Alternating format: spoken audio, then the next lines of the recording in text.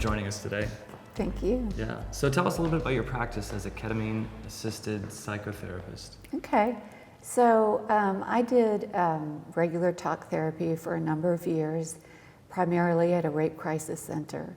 And while I was there, I was trained in several modalities: cognitive behavior therapy, EMDR, play therapy, and people got better, but there was some stagnation. People did a lot of work with the tools that we had at the time, but they still, there was still this stuckness.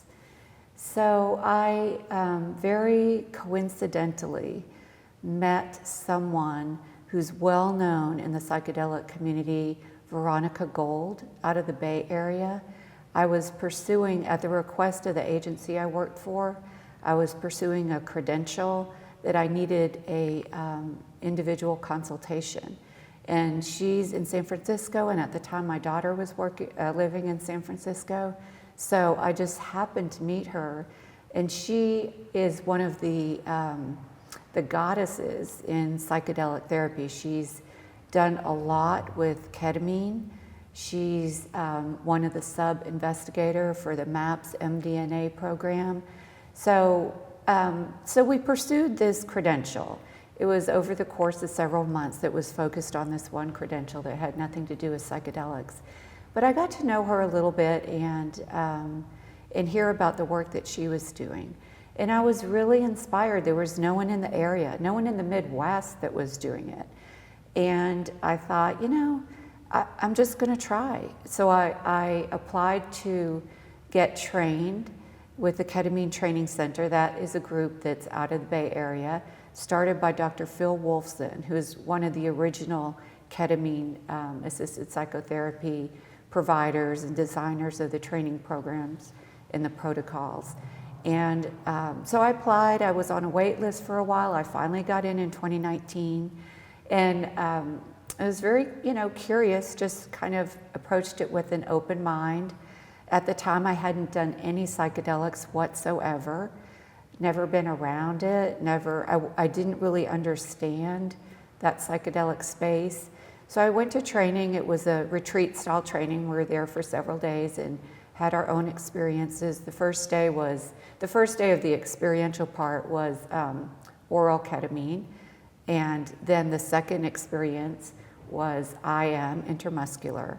And I still, at the time, was very open-minded. I hadn't, even though it was a significant investment to go to training, I hadn't made up my mind. But it was, once I was in the room with the other people in that training, had my own experiences, and able to sit with and bear witness to other people's experience, I was confident that I wanted to do that. And that's the kind of work I wanted to do. Wow, so what did it take for you to take that and bring it here to the Midwest? What did that look like? What did you have to go through? Well, quite a bit. I was realistic about that it would not be easy. I knew that it would not be an easy thing. So I was still working at the agency, doing CAP, kind of on the side, let me back up. I needed to find a doctor. I sent probably 75 to 90 letters to doctors, and most of them didn't respond at all. Some that did, the few that did, were kind of dismissive about it. At the time, there were several IV ketamine clinics, which is a different paradigm. That's a medical model. That's where there's a protocol of taking a series of intravenous ketamine infusions over a discrete period of time, and you do get a benefit. There's definitely a place for that. So you get a benefit from the anti-anxiety, anti-depressant qualities of the ketamine, but using the relational transpersonal model of CAP, there was a lot of resistance to. And it took a lot of time. And there's months where I thought, okay, this isn't going to happen. You know, that I knew it was risky and I knew it wasn't a slam dunk and it's just not going to happen. But over time, I've worked with some docs and have found some that understand the model, respect the model, understand the power of the consciousness to heal. So yeah, it was a lot. It was really a lot. And also to get the therapeutic community, I had to be clear, I'm not interested in doing weekly talk therapy. So I needed to assure therapists that I'm not trying to poach their clients and help to educate them on ways that we could work together. That this can be, and you don't have to have a talk therapist to do this. I see people self-refer. I get referrals from therapists, but people self-refer. But I have to, and still have to do some education in the community on how to work together on this. I have not direct referrals from psychiatrists, but clients who said, yeah, my psychiatrist said I should do this, but there's no way they're prescribing the medicine. Because there's just some reluctance around it. So yeah, it's taken a lot, and it was hard. And I wasn't sure that it would be okay, you know, that it would take off. I knew it would eventually, because of the efficacy of it, and that the people that have had their own experiences, and then therapists that refer and then see their clients back and see these breakthroughs and getting past some stuckness. But I just wasn't sure that it would happen for me, you know. What kind of transformations have you seen on your couch? Beautiful stuff. I mean, really, every week I see something that it makes me cry. I mean, that people, so for example, I had an adult male that had a very abusive childhood, and they were somewhat military, never did talk therapy, probably never will, skeptical, and recently became a father and didn't want to repeat patterns. And he had his experience, and he just came back from it, and he said, it just is. So this stuff is there. Nothing's going away. You know, you have what you have, but your relationship to it changes. Your attachment to it changes. It shifts. There's this level of acceptance. You can encounter difficult material, but you're an observer. You're not a participant. And when you can experience things that way in your relationship to your past and your constructs and your personality constructs and your defense mechanisms, that's a significant shift. I had another client recently that came back and said, I'm not the story I tell myself I am. So we all have these stories, and our stories are built over years, and our people on our path, they contribute to their stories in positive and negative ways. And we make that our story. But is that really our story? You know, when we can use the medicine as a portal to consciousness, is that really our story? And we can see that no, maybe it's not really our story. I think you're describing it now, but on your website you talk about the belief in inner healing wisdom. Can you describe that some more? So the ketamine is simply a portal. Ketamine does have anti-depressant, anti-anxiety qualities. In this setting, it's simply a portal. So it expands your consciousness. When you expand your consciousness, the more you see, the more you know. So, and you're not going to unknow something. So you will, you just get this amazing perspective and insight. Another example of that, this healing consciousness, someone that struggled with a significant betrayal and came back from that and said, yeah, that person is my person and I can live without them. So that's the inner healing wisdom that past all the paradigms and the hurt feelings, and that's what the consciousness, that's what their consciousness tells them. You get a sense of, people get a strong sense of connection, just connection to life, to the universe, to beings, to people, to humanity, to nature. So that's very healing, and that's inherent. That's not created in the space. That's giving you access to that. And I believe that everyone is their own healer. That the healing is, we all have. How plants turn to the sun. I think humans, they will turn. If you remove the distractions, we will return to our source. And we need help getting to our source. Our culture doesn't, our culture puts so many distractions, and honestly, we need all these layers of protection and ego and everything. But when you can strip that away and we can return to the source of our healing, it's a beautiful thing. So you're able to offer tools and techniques and accompaniment on a person's healing journey, but there has to be a number of factors in place for a person to be able to come to psychotherapy in the first place. So just to get over some definitions, is a licensed clinical social worker a psychotherapist? Yes. That's yes. always the case? Yes. Okay. So my degree is a master's in social work, and then I took a licensure exam, which I was a LMSW, licensed licensed master social worker. And then to be clinically licensed, you have to have 2,000 or 3,000 supervised clinical hours.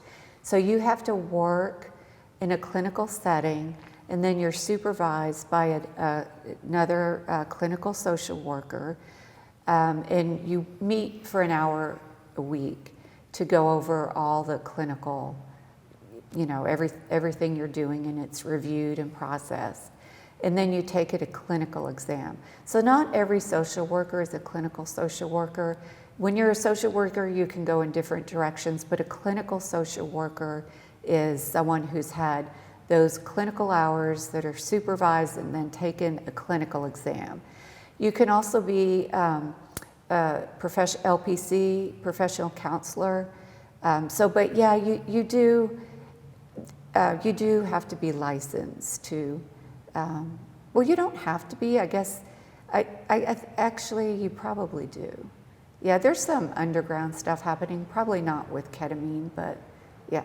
But to clinical means that you've gone through a structured system of Absolutely. training, logging hours in, trailing somebody else who's practicing as a therapist. Absolutely. Okay. Yeah. Now, it doesn't have anything to do with writing prescriptions or... Oh, no. Yeah, you still have to refer out to a doctor, and that's what you were alluding to earlier, the challenge of finding doctors in your community who would be on the same page as you with regard to writing a prescription for ketamine. Yes. And is the practice that you're engaged in, ketamine-assisted psychotherapy, what's known as an off-label use of ketamine? Well, I would think so. I mean, ketamine is classified as a dissociative anesthetic. It's been around since the 60s. It's used in hospice, in pediatrics, in veterinary medicine. It was a battlefield medication in Vietnam and Afghanistan because a medic can ingest it and it won't affect respiration. But it's technically classified as a dissociative anesthetic. So yes, that is off-label like Botox. Yeah. And the reason I was making that distinction is because my understanding is that right now the FDA has only approved S-ketamine, which is a nasal inhalant, as their endorsed use for ketamine. Is that your understanding as well? Yes, that is correct. Which S-ketamine is, That is, so ketamine itself, it was synthesized by Park Davis in the 60s. It's very cheap. The medicine itself is very cheap. There is a pharmaceutical company that developed, or not developed, but they modified the chemical structure of ketamine just enough to patent it and use it for a nasal spray. And that is covered by insurance. It's not working, it's again working in the medical model. So you would just go and get the spray of ketamine and sit in the office and be observed for a period of time. And so, yeah, it's a way of getting it covered by insurance, but it is working in the medical model. Yeah. One of the considerations that we're always interested in is access to therapies, access to treatments for people who need them most, right? So is it safe to make a generalization that a certain portion of our population would consider going for psychotherapy in the first place? Or are more people being referred by the medical community, hospitals, doctors' offices, other clinicians to psychotherapy as a component of their healing process? You know, I would say both. I mean, most of my clients, the clients I see, are self-referring. They might have co-occurring physical, because, you know, the body holds all of that. But most of them are self-referring. I would like to see more of a continuum of care where the medical community, I think they're doing the best they can. I think the response generally from the medical community is a medical response, which would be a prescription medication or something. But I think there's certainly a lot of physicians that recognize, I would say most recognize the connection between physical and mental wellness. So, yeah. You talked about the differences in the options of ketamine. So, you know, you have the intravenous and the spray. And what does that look like as far as access? What is the cost? Who can afford to have this sort of life-changing treatment? Yeah. And the people that actually need it, are those the ones that have access to it and can afford it? Not really. And one thing that comes up about it, people always ask me, because with the IV ketamine, there's a structure to it. You have to have a certain amount of infusions in a certain amount of time period, and then have some maintenance treatment. So with CAP, I get asked all the time is, you know, how many? And the truth is, you'll benefit from one session and you'll continue to benefit from repeated sessions. People, the whole idea of CAP is to be connected with their inner healing wisdom. And I tell people, you'll know when you're ready. And they're like, really? I'm like, yeah. And they come back and say, yeah, you're right. I knew when I was ready. And it is expensive. So the intake session is $185. The CAP sessions, which are 4 to 5 hours, are $600. The medicine is about $65 to $130, and we can go back to that if it's helpful. And then the physician is generally about $150. So there's so many barriers to it. Absolutely, it's a big commitment of time and money, and unfortunately, that prevents a lot of people who need help from getting it. Considering that you practice in the Midwest, what resources are there available to assist someone with that? Or are there any? Or is it all, like you said, they're mostly self-referral? Is it mostly out of pocket? Or are there any It's all more? out of pocket. Yeah. And insurance doesn't cover it. Some people use their flexible spending account, but yeah, it's all out of pocket. And most of the expense of it is in time, because it is a long treatment. So yeah, it's unfortunately. But like you mentioned, a session could be, 5 to 6 hours, whereas if someone is going to weekly talk therapy, that charge could be $100 per session. Right. So, I mean, I do think that there. It is. This is, yeah. And I've worked with people that that have had more rapid breakthroughs, but it's not for everyone. And there's people seem to know what they need, and so people do what they can. They do only ketamine or only talk therapy or some combination. So yeah. How many practitioners that do ketamine-assisted psychotherapy are there in this area? I think there are 5 of us now. I was first. And Congratulations. Yes, Thank you. Yes, yes. And then I think there's probably 4 or 5. Yeah. So being first to the field, you can speak to the perception of psychedelics, right? As we're learning rapidly, that perception may be changing significantly. What's some of your experience with discussing your psychedelics practice with peers, with family, with friends? How have you seen that change? Have you seen it change? What's the overall sentiment in your opinion right now? Well, it's interesting.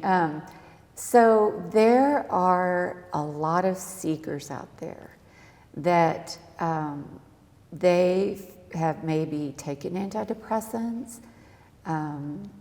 They've worked in the medical model. It didn't work for them. It's just a really curious, educated constituency. It's a combination of old psychonauts that did acid in the 60s and people that I don't even drink, I don't smoke marijuana, that don't do anything. So there's just an openness, and it's wonderful because the clients I work with are self-selected, curious, and open. So, and yeah, I think the perception is changing. And there's a lot of media. There's such a lot of media about psilocybin and MDMA. And so I don't know, it's just people that are hopeful and curious, and they find me. So what would your theory be for how things are going to look in the clinic and on the couch in 5 to 10 years? Okay, so I'm pulling for the couch. Okay. There are some, I want to keep this a relational model. I feel strongly about that. And I also feel strongly that whatever works. So if the clinic is what people have access to and what works for them, I do believe that there'll be some increased decriminalization, and these various substances will be used in above ground mental health settings. I do have a strong feeling about plant medicines and respecting that some of these are indigenous medicines that belong to cultures, and I don't think it's appropriate for us to appropriate them and change that into some capitalistic model for wellness. There's a lot of plant medicines that have been used for centuries, or forever with indigenous cultures, and they become popularized by the West. And there are communities that are using them. I feel like we have to be very careful not to appropriate a cultural plant medicine and apply that to a capitalistic paradigm. So that's something. I think there's a lot of people in the psychedelic community that are very intentional and mindful about that, and we have to continue to protect that and keep it constantly part of the conversation. Speaking of sort of balancing the capitalization part with respecting, cultures, access. you have to, this is your business. What sort of things are you doing or want to do to make sure that there are access to all of the cultures in this area? Okay. Well, since I was first to do this, I've spent a fair amount of time. Other therapists will reach out to me and say, "Hey, how'd you get started? Tell me more about this." And I've done some experiential sessions with them so they could experience, because there's an ethic, or my ethic around psychedelic medicine is don't take a client deeper than you're willing to go. So don't, if you're gonna sit with someone, you should know what it's like. So I've provided that at a professional discount. I've spent a lot of time with it. So I really have to monetize that more. I have to monetize it. I haven't monetized it at all. So I'm starting to do that, with the exception of communities that are underrepresented in mental health and psychedelic. For example, there's no Black or Hispanic practitioners of CAP in this area. So I'm not going to monetize it. I would like, I'd like to increase access for our communities. We have a beautifully diverse community, and they're not able to access this modality as practitioners. So I am waiving any monetization for a therapist of color that is interested in that. So you would take on, free of charge, training for... Well, it's not training. I want to make the distinction. But so with COVID, all the training, back when I was trained, when it was in like 2017, 18, 19, it was all in-person training. And then after COVID, there's some great online models, training models that came on. And so you could do all that online. And then that is at a, it's more affordable because you're not traveling. So, and you still have to have your own experience. So you can do a wonderful, informative online training from your home, but you don't have the ketamine experience as someone receiving ketamine or someone sitting with them as ketamine. So what I am offering is someone gets trained. So they partner with there's a couple of really good training programs, do the online training, or they can come to me in advance and I'll tell them the trainings I did. So get the training and then come to me and I'll do a session with them. And for a marginalized community, I'll do it for free. And I will also sit with them and be with them while they hold space and do a session for someone else. So I am really providing guidance, kind of how to, and the experiential piece of it. I don't know how many people from the BIPOC community are aspiring to be psychotherapists. I don't know how many people from the white community are aspiring to be psychotherapists, but like you alluded to, there are fewer Black and Hispanic psychotherapists to your knowledge, right? So there are fewer individuals that are tapping into the use of ketamine as an augmentation for their practice. And so it would probably stand to reason that members of the BIPOC community would benefit more from having a practitioner with similar backgrounds being able to feel comfortable in that setting. And even consider psychotherapy in the first place. Yeah. So maybe an imagination that I have is a scenario where there will always be people who are more upwardsly mobile, whatever their race, who might choose to enlist the services of a psychotherapist who has a certain pedigree or comes from a certain background, right? But maybe there will be a way in the future to kind of democratize the exercise of psychotherapy in a way that maybe there's a different training model. Because part of the expense for the ketamine sessions, as I understand them, is the time spent in the room, being there, holding space. As long as it's a safe environment, maybe there's a way we can train people to actually hold that space in a facility where people could be seen without the cost entailed normally by someone who maybe doesn't have the same pedigree, but is trained to hold space, to be aware of what to look for, to help with integration. And maybe that's a discussion that's going on in the psychotherapist community that I'm not aware of. Yeah, Could be. I know with the with like mushrooms and stuff, there is, you don't have to have a license or a master's or anything to be what's referred to as sitter or a guide. Yeah. But since ketamine right now is the only legal psychedelic, maybe some kind of structural, educational facilitator change can take place sooner than waiting 5 years before psilocybin becomes Well, a another prescription thing about drug. ketamine, psilocybin and ayahuasca, things like that, you shouldn't be on a SSRI. So I have a lot of clients that are taking SSRIs, and for whatever reason, they're not ready to get off of them. And to get off of SSRI, it takes a long time to titrate off of that medicine. So I think ketamine will always be a viable model because for a couple of reasons. You can be on a SSRI, and it's a shorter trip time. So, like you said, the expense of it is the therapist in the room. Okay, I'm with someone it's about 4 or 5 hours. Those other substances they're like 6-8 hour trips. And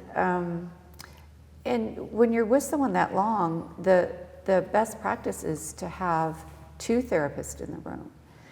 And MDMA is an empathogen, so you really want 2 therapists in the room. So I always think ketamine it's not going anywhere. There's a lot of reasons. I think there's a lot of beauty and ritual and depth to plant medicines, but I think ketamine's always going to be an option. And like you both talked about access, and that is, access to clients and access to therapists who want to offer that.